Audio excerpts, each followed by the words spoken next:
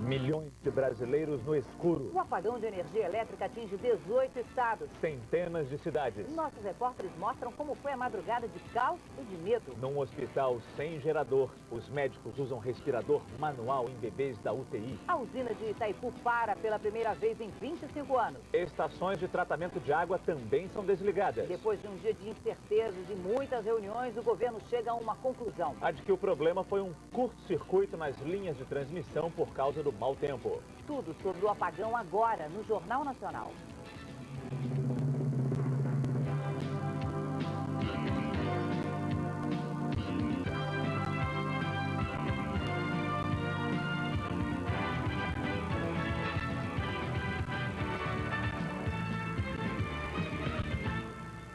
Boa noite. Boa noite. O Brasil viveu na noite de ontem e na madrugada de hoje um apagão que atrapalhou a vida de milhões de pessoas em 18 estados. Só agora há pouco o governo divulgou quais seriam as causas do problema. Vamos ao vivo a Brasília com Cristina Serra. Boa noite, Cristina. O que provocou o apagão? Boa noite, Fátima. Boa noite a todos. Segundo o ministro de Minas e Energia, Edson Lobão, o que provocou o apagão foi uma grande concentração de raios, ventos e chuvas fortes na região de Itaberá, no sul de São Paulo, justamente por onde passam 3 linhas de transmissão de Itaipu. Essas linhas sofreram um curto-circuito e o sistema de proteção da rede, para evitar que esses danos se propagassem, desarmou automaticamente outras 15 linhas de transmissão. Mas o ministro procurou tranquilizar a população, dizendo que o sistema elétrico brasileiro é seguro e lembrou que a energia voltou num tempo médio aí de 3 horas nas regiões atingidas. Quem teve prejuízos deve procurar a sua concessionária ou ligar para o número 167 da ANEEL. O ministro não soube dizer quantos brasileiros foram atingidos pelo apagão, mas disse que 40% da energia consumida no Brasil simplesmente foi desligada durante o blackout. Fátima. Obrigada, Cristina, pela sua participação aqui no Jornal Nacional.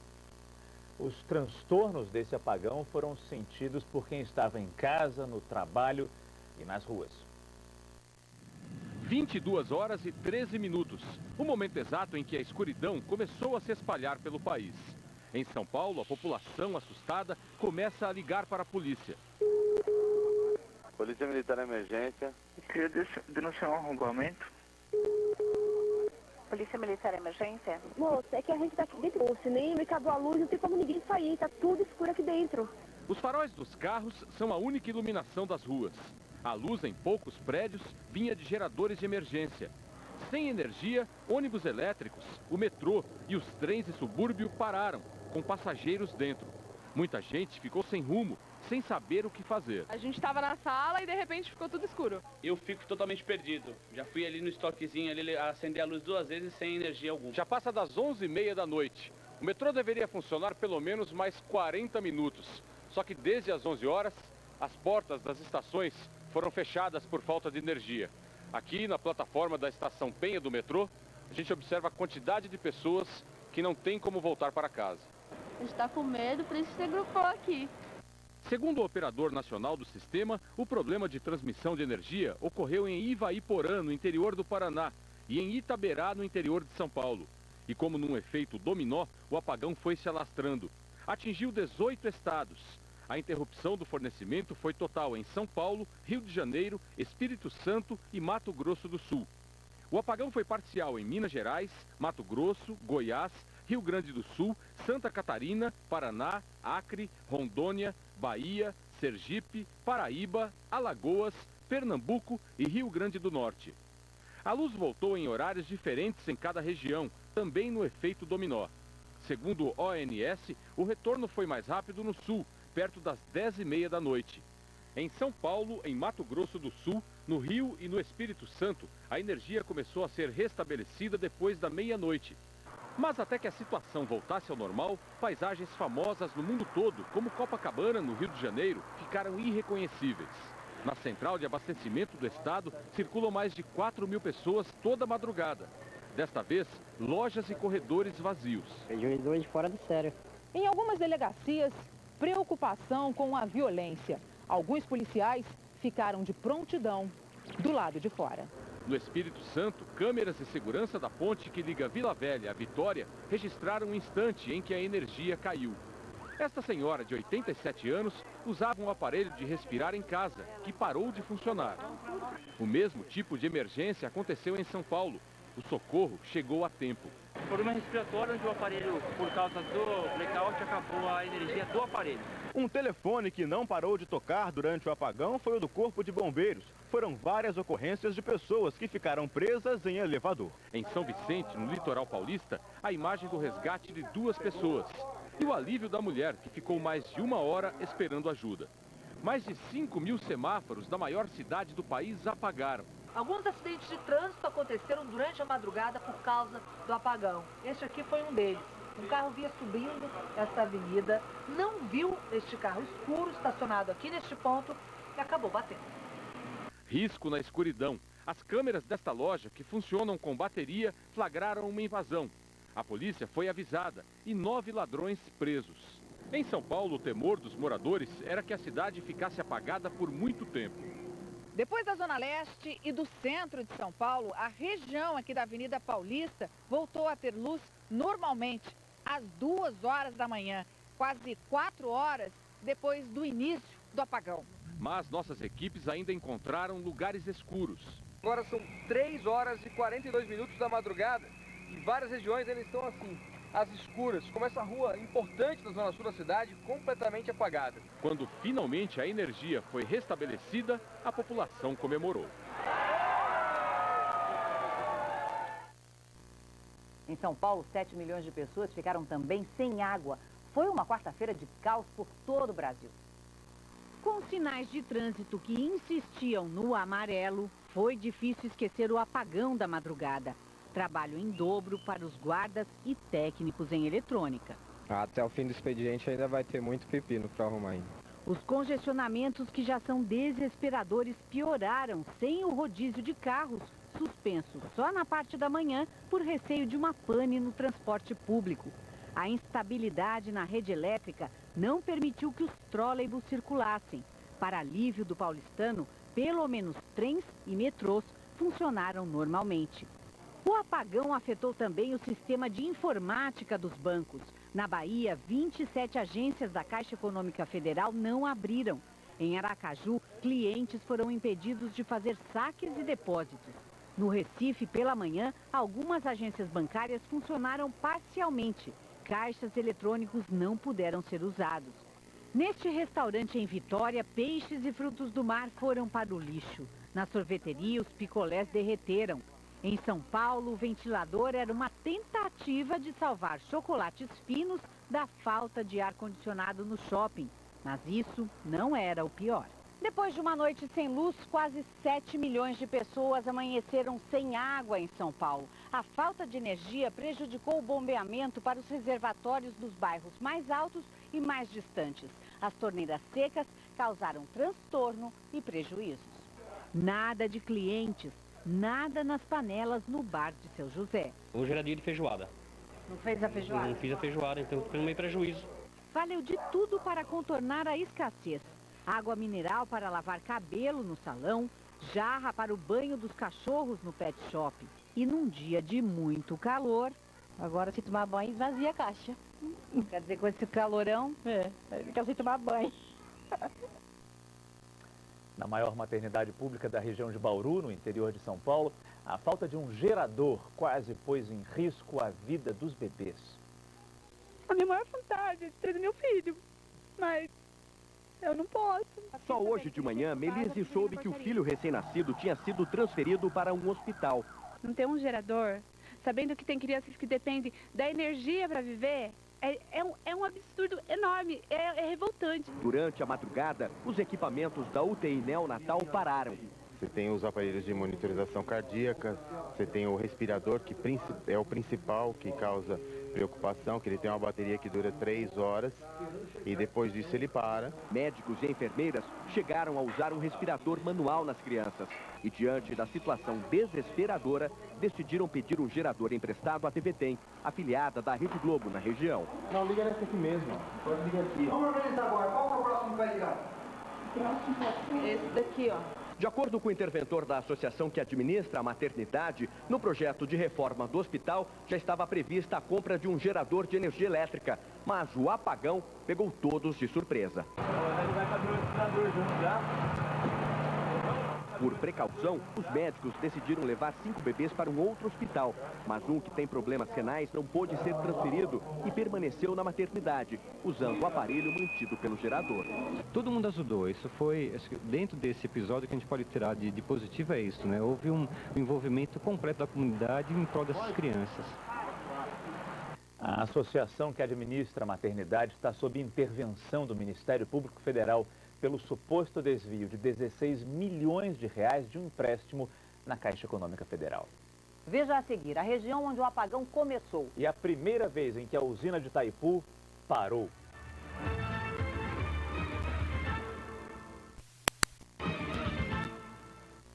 Autoridades do setor de energia apontaram o interior de São Paulo como a origem do apagão. E o repórter Ernesto Palha foi até lá para ver o que aconteceu. É fácil chegar a Itaberá, pelo menos para quem vai de helicóptero. É só seguir o fio da linha de transmissão de Itaipu. A 250 quilômetros a sudoeste de São Paulo, surge a subestação que pode ter provocado o blackout de ontem. A floresta de Torres se destaca na paisagem de fazendas. Vistos do alto, transformadores, fios e equipamentos parecem intactos. Não há sinal visível de que este foi o gargalo que deixou o Brasil no breu. A subestação aqui de Itaberá, no estado de São Paulo, fica em linha reta a pouco menos de 600 quilômetros de Foz do Iguaçu, onde está Itaipu. Mas a energia produzida pela grande usina passa por aqui com tanta força a caminho do restante do país que chega a fazer roncar os cabos de transmissão. A energia produzida em Itaipu vem até Itaberá em 3 troncos. Alguns quilômetros depois, se subdivide em 2 linhas que vão abastecer o sul e o sudeste do Brasil. Ontem, enquanto 18 estados tateavam no escuro, Itaberá dormia debaixo de chuva forte e quase não percebia a rápida falta de luz, que voltou minutos depois. Deu uma chuva muito forte e uma variação só da luz, mas não teve apagão nenhum, assim. Só quem mora no sítio, vizinho de cerca da subestação, viu e ouviu alguma coisa. E deu um estrondo, um raio forte. Era raio mesmo? É um raio que chegou quase toda a minha casa aqui, tão forte que foi. Furnas, responsável pelas linhas de transmissão, não quer comentar o assunto, nem o prefeito de Itaberá. Curioso mesmo é o significado indígena do nome da cidade. Pedra que brilha. Ontem à noite, brilhou em pleno escuro. Os meteorologistas dizem que o risco de temporais com grande quantidade de raios diminui hoje à noite e nesta quinta-feira entre São Paulo e o Paraná. A chuva de Itaberá foi causada por uma linha de instabilidade que se formou com a passagem de uma frente fria pelo sul do país. Só ontem, a cidade registrou a chuva que costuma cair em 8 dias. Na hora da tempestade, mais de 10 mil raios atingiram o estado de São Paulo. Amanhã, as pancadas de chuva mais intensas devem ocorrer entre a região serrana do Rio, o sul de Minas, o norte de São Paulo e o leste de Mato Grosso do Sul. O sol predomina nas áreas claras. O dia começa com 25 graus em São Luís e a máxima chega a 36 em Manaus. Nos próximos dias, mais calor e chuva rápida em Cuiabá, São Paulo e no Rio. Em Porto Alegre, a temperatura vai cair 5 graus no sábado. Ontem, pela primeira vez em 25 anos de funcionamento, todas as turbinas da usina de Itaipu tiveram que parar de produzir energia. Itaipu tem 20 turbinas. Normalmente, 2 ficam paradas para manutenção. E ontem, às 10 horas e 13 minutos da noite, no horário de Brasília, todas as outras 18 turbinas pararam de gerar energia. Se no Brasil o impacto foi grande, no Paraguai a escuridão foi quase total. A usina binacional produz 87% da energia consumida no país vizinho.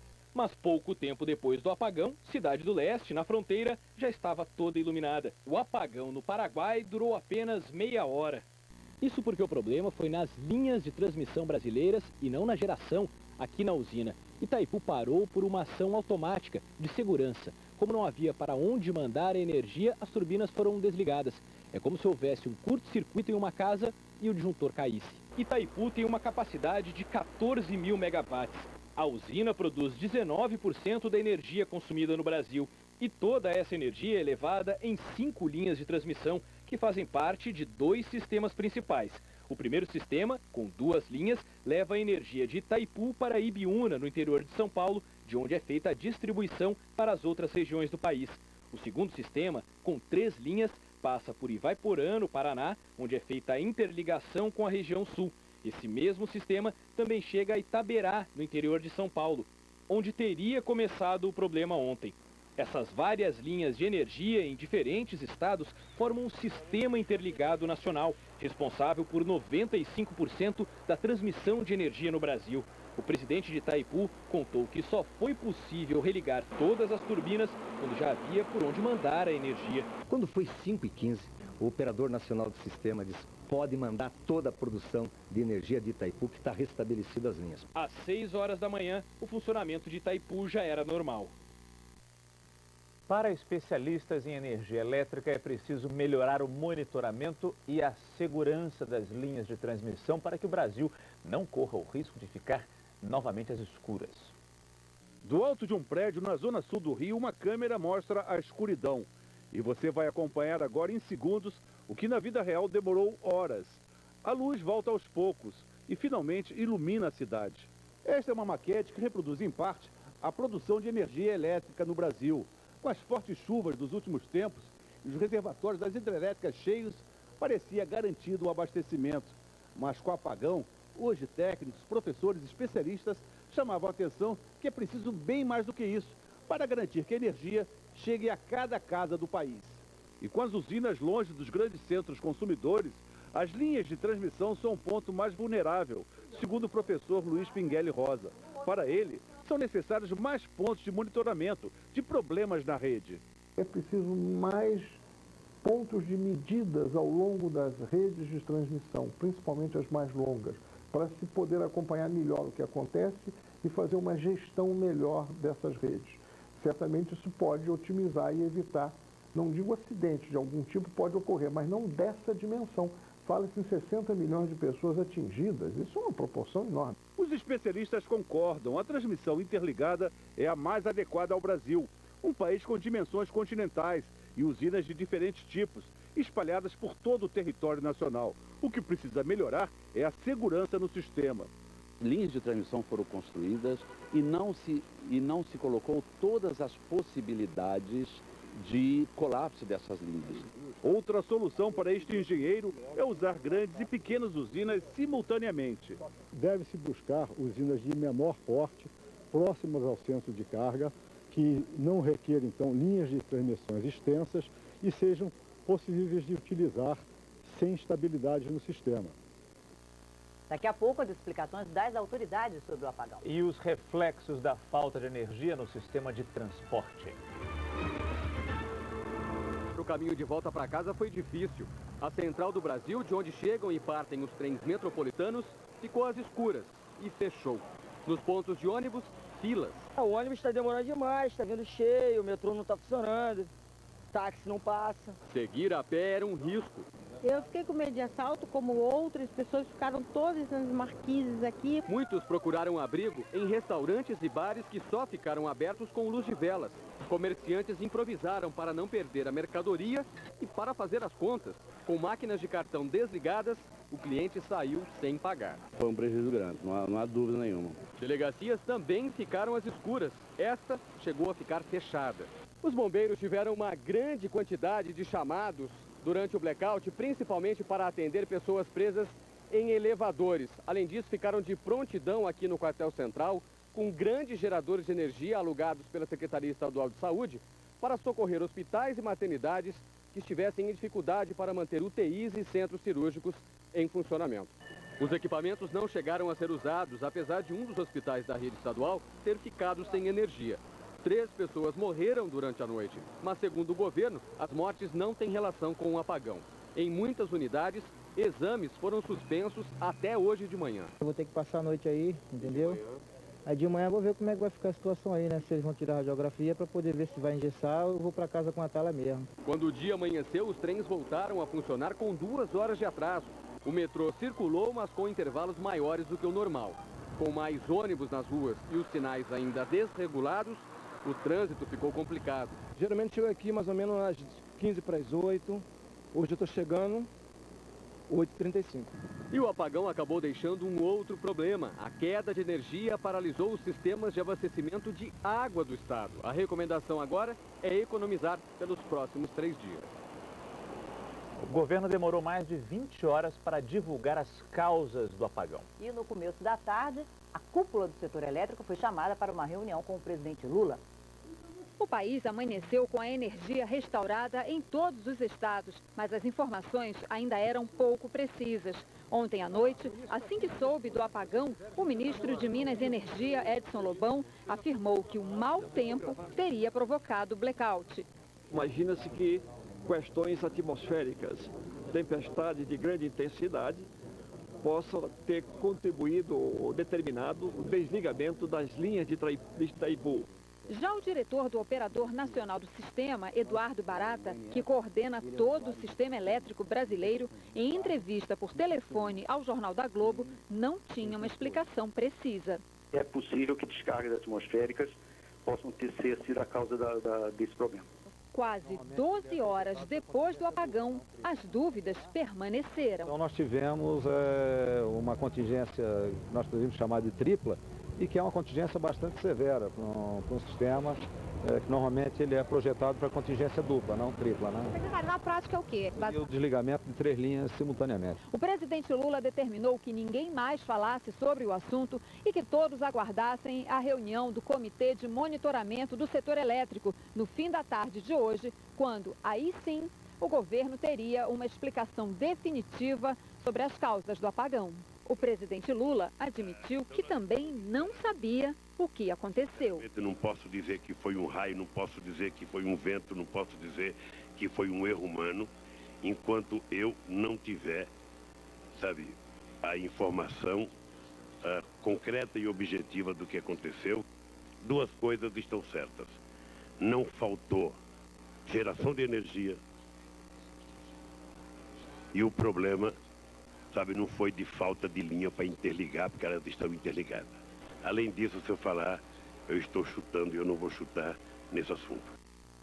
A reunião com o presidente Lula só terminou agora à noite e o ministro de Minas e Energia deu as explicações sobre o que provocou o apagão.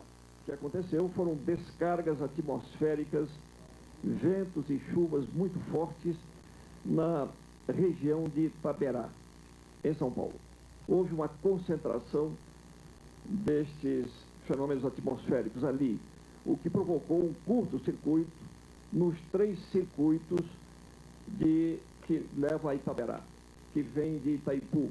Eu tenho condições de dizer ao povo brasileiro que esteja tranquilo, que o sistema que temos no Brasil é bom. Houve um acidente? Houve. Uma das máquinas perfeitas que a humanidade criou é o avião, e o avião também cai.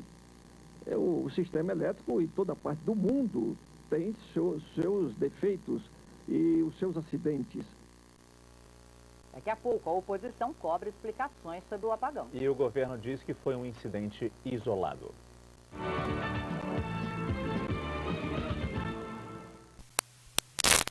O país não ficou no escuro, mas o apagão invadiu a pauta política. A oposição cobrou uma ação mais eficiente do governo.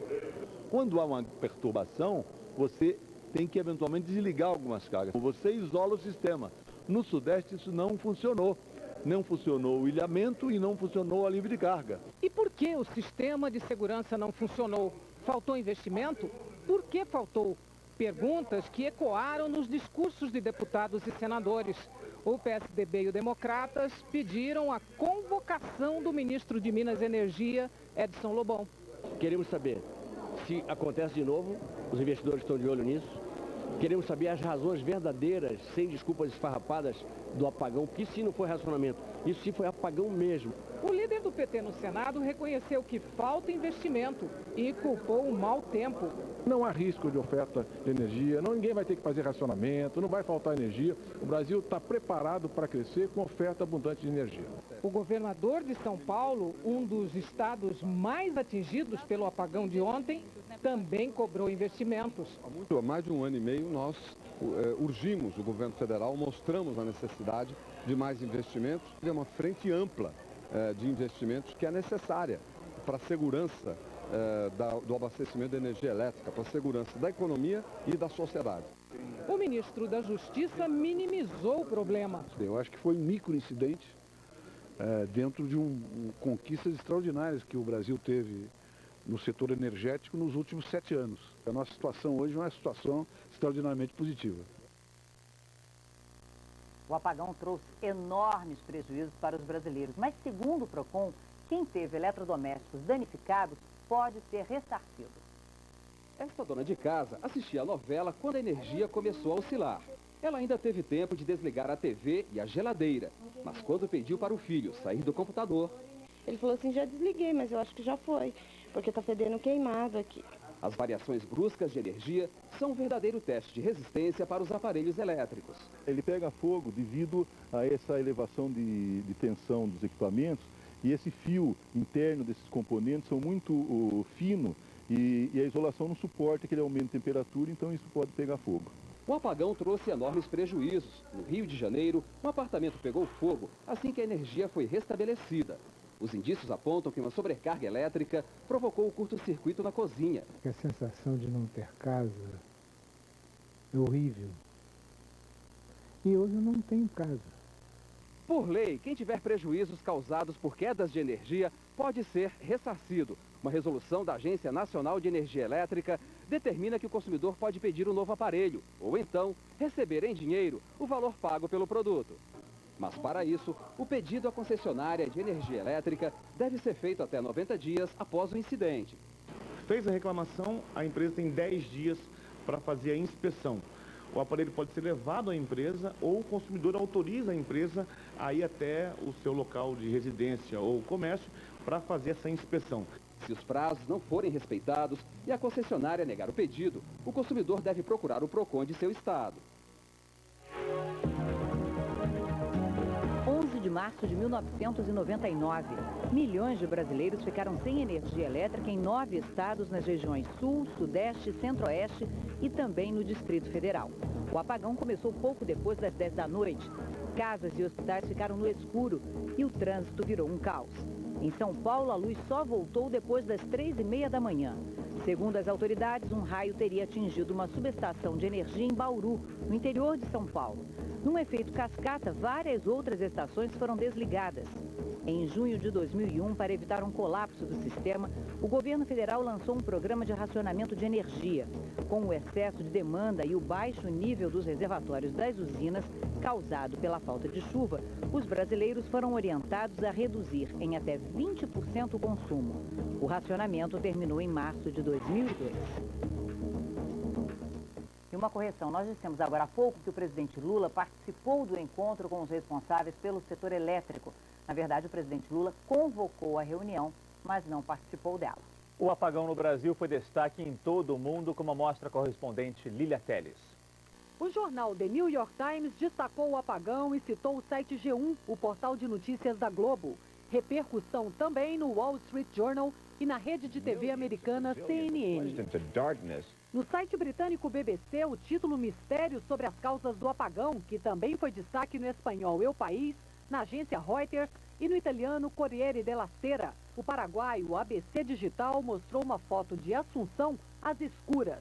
Jornais e agências de notícias reforçam que o Brasil é um dos mercados emergentes mais promissores do mundo. E alguns analistas afirmam que o apagão não deve prejudicar o país no cenário internacional se for um episódio isolado. Evidentemente chama atenção para questões maiores, se for realmente uma falta de investimentos em manutenção nas linhas de transmissão, certamente os investidores ficariam bastante preocupados porque vem o Brasil como um país de grande potencial. A imprensa americana cita também o programa 60 Minutes, exibido há 4 dias pela rede de TV CBS. A reportagem mostrou um discurso do presidente Barack Obama afirmando que em alguns países os ataques cibernéticos já fizeram cidades mergulharem na escuridão. O programa citou fontes militares e de serviços de inteligência para dizer que Obama se referia ao Brasil e que os apagões de 2005 e 2007 no Rio de Janeiro e no Espírito Santo foram causados pelos piratas da internet. O Gabinete de Segurança Institucional informou que não está investigando a hipótese de um ataque de piratas de computador.